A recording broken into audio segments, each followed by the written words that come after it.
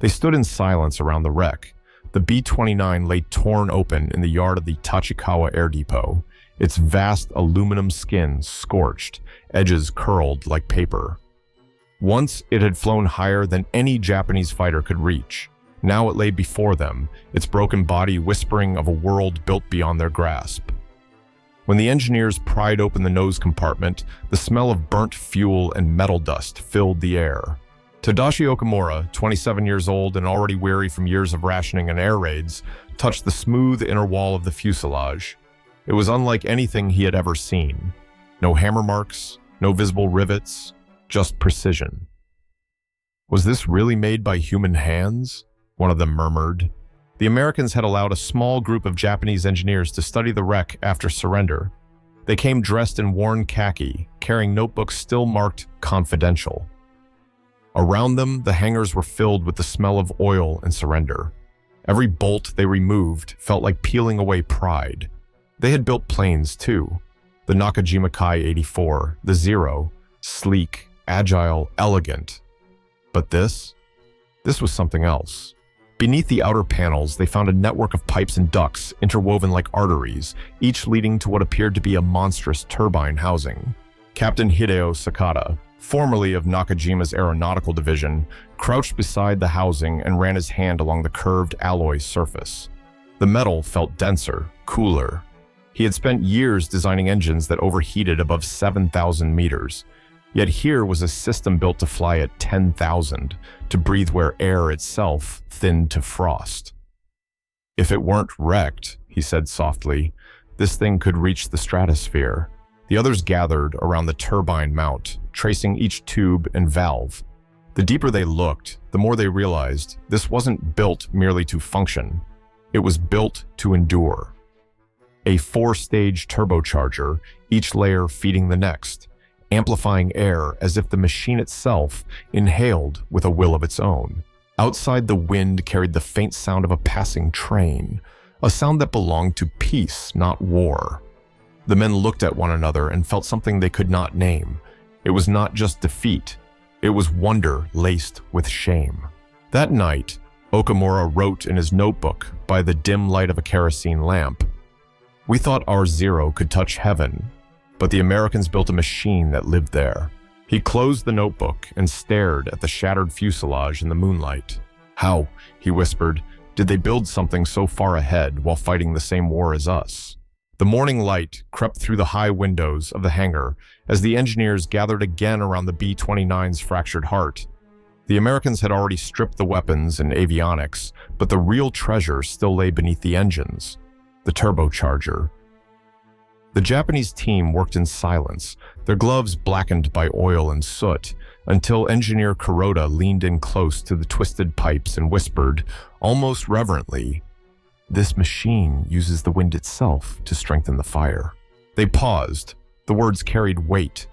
None of them had ever seen such an arrangement. A labyrinth of pipes channeling exhaust gases, not into waste, but into rebirth. The Wright R-3350 Duplex-Cyclone engine, enormous and ungainly by Japanese standards, hid a secret more elegant than any swordsmith's forge. It reused its own breath. The turbo system captured the blast of spent gases and compressed new air back into the cylinders, allowing the B-29 to soar where oxygen was scarce, maintaining full power at altitudes above 10,000 meters. Okamura traced the path of one copper line, realizing the beauty of it. The perfect loop, the balance of pressure, the subtle widening of ducts at every junction to prevent loss of thrust. "It's not just metal," he murmured. "It's language. A dialogue between fire and wind." The others nodded in awe. They knew their own nation had tried something similar in 1943 with the Nakajima Homare engine, but the attempt had failed. The alloys cracked. The turbines melted at 600 degrees Celsius. Without access to rare metals like nickel and cobalt, the dream of high-altitude flight had died before it began. Sakata took out a small ruler and measured the turbine blades, each one curved with mathematical grace, thinner than any Japanese mill could produce during the war. "They mastered the invisible," he said. "Temperature, pressure, expansion. Things we could only estimate. They worked until dusk, sketching the compressor layout by hand. Kuroda's pencil broke twice from pressing too hard. Each stroke felt like an act of confession. By evening, they had filled 6 notebooks. When they stepped outside, the air was cold, clear. Overhead, the western sky still bore faint contrails from American transport planes heading home. For the first time, they looked at those trails not with hatred, but with fascination. In the diary he wrote that night, Kuroda confessed, "I once believed machinery was a weapon, but this is a poem of air and heat. We lost not to an army, but to imagination." He closed the notebook, hearing the echo of turbines that once ruled the skies, and wondered what other secrets the wreck still held. The next morning, the hangar smelled of scorched oil and rust.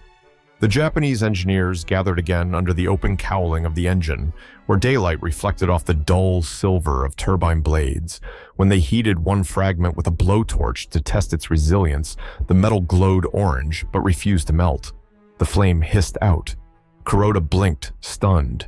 "At this heat," he said quietly, "our alloys would have collapsed." It was a truth that struck like lightning. The Americans had mastered heat itself. While Japanese engineers during the war fought endless failures with steel that warped and fractured, the B-29's turbocharger had endured infernal temperatures near 700 degrees C, hotter than the furnaces at the Kawasaki plant could even measure. The secret lay not in magic, but in metallurgy. Nickel, chromium, and molybdenum in perfect proportion, mined from lands Japan had never controlled. Captain Sekata, taking notes in the margin of an American technical manual, muttered a single line. They did not fight alone. The world itself built for them. It was true. The United States had drawn ores from Canada, oil from Texas, copper from Chile, and tungsten from Burma. Its factories ran day and night, powered by rivers dammed and cities unbombed. In 1944 alone, American industry produced over 96,000 aircraft engines, each crafted in climate-controlled facilities where precision was measured to thousandths of an inch. In contrast, Japan's foundries, bombed, starved of electricity, their workers half-fed, struggled to maintain even 1/20th that output. When the engineers melted a small sample of their own wartime alloy for comparison, it dripped before the thermometer reached 600 degrees Celsius. The molten metal hissed against the concrete floor like a defeated soldier's breath. Okamura turned away, ashamed.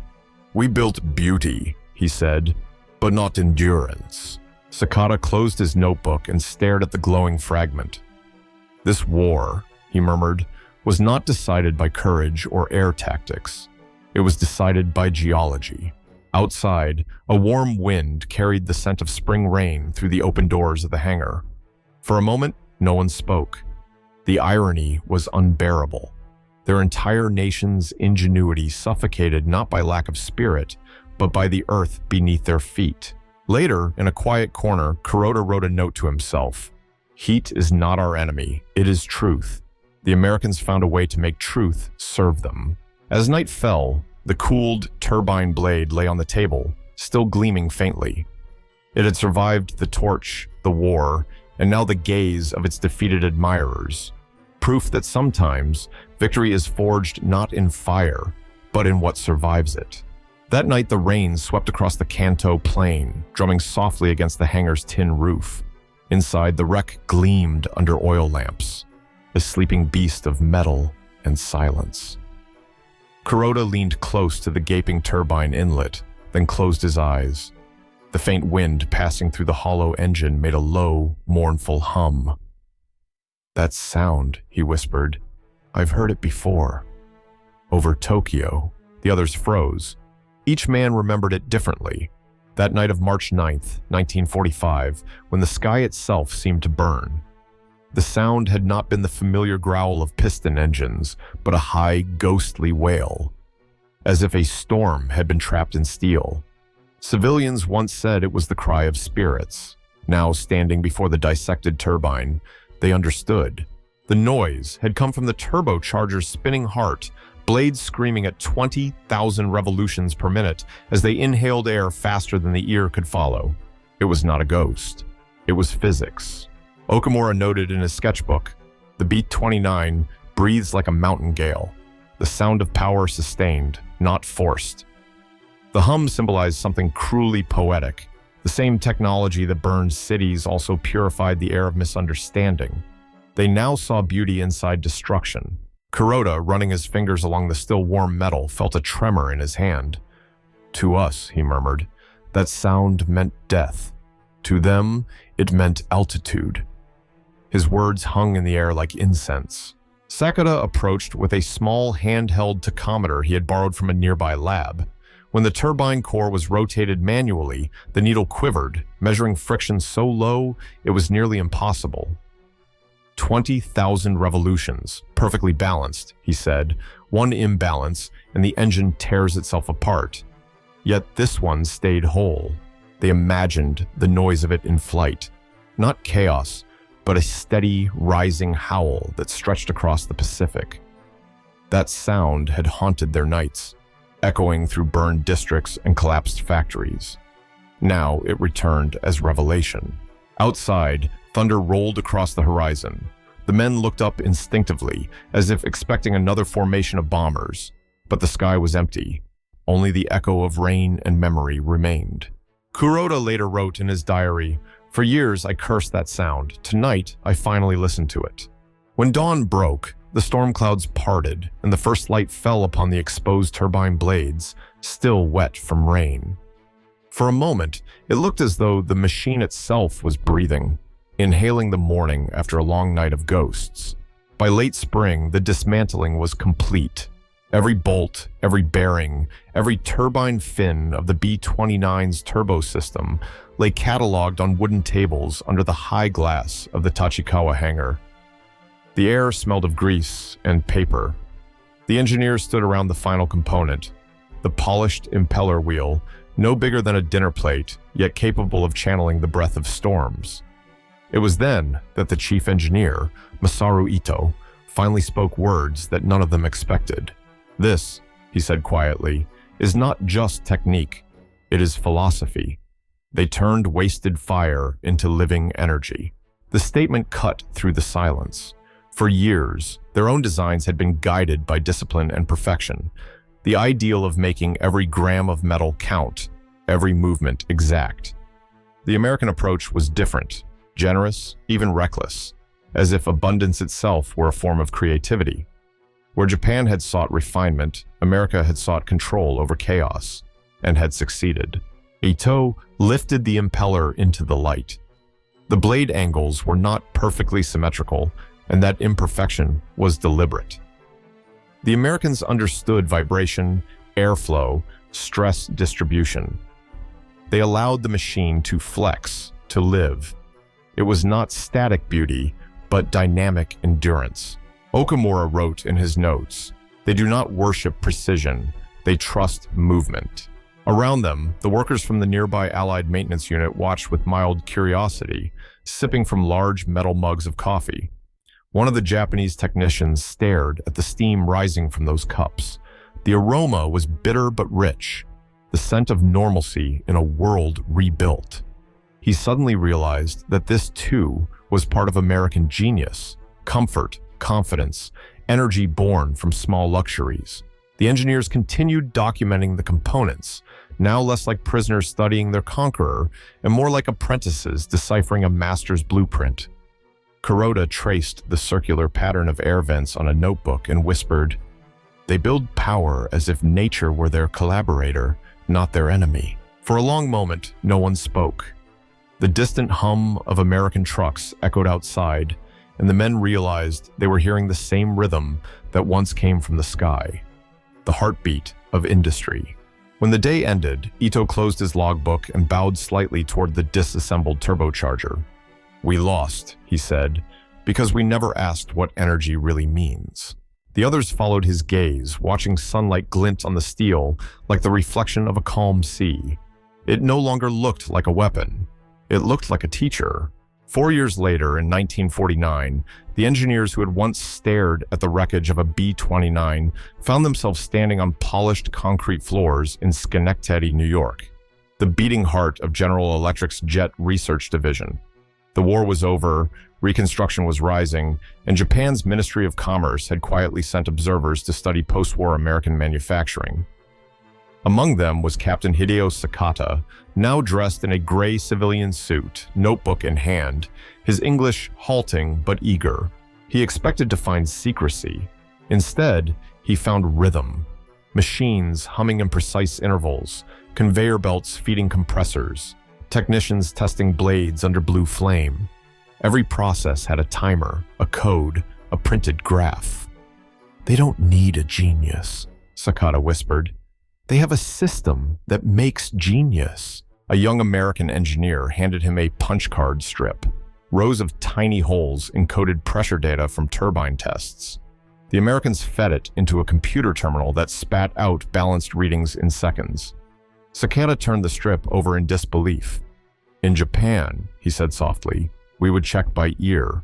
Beside him, Kuroda noted how workers chatted casually over the roar of machinery. No one seemed afraid of failure.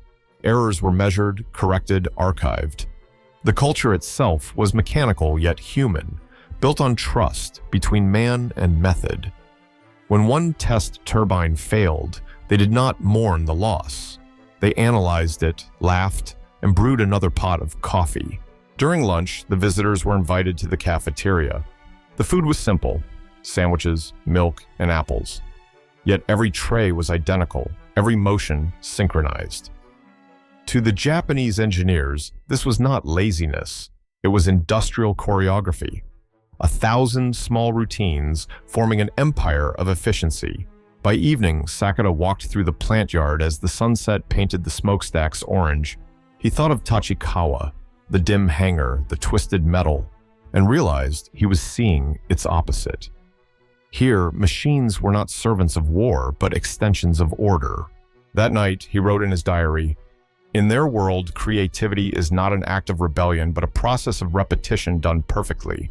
The machine learns from the hand, and the hand learns from the machine." When he returned to Japan months later, he brought back more than notes. He brought an idea that a factory could be a classroom, that discipline could replace genius, and that curiosity could rebuild a nation.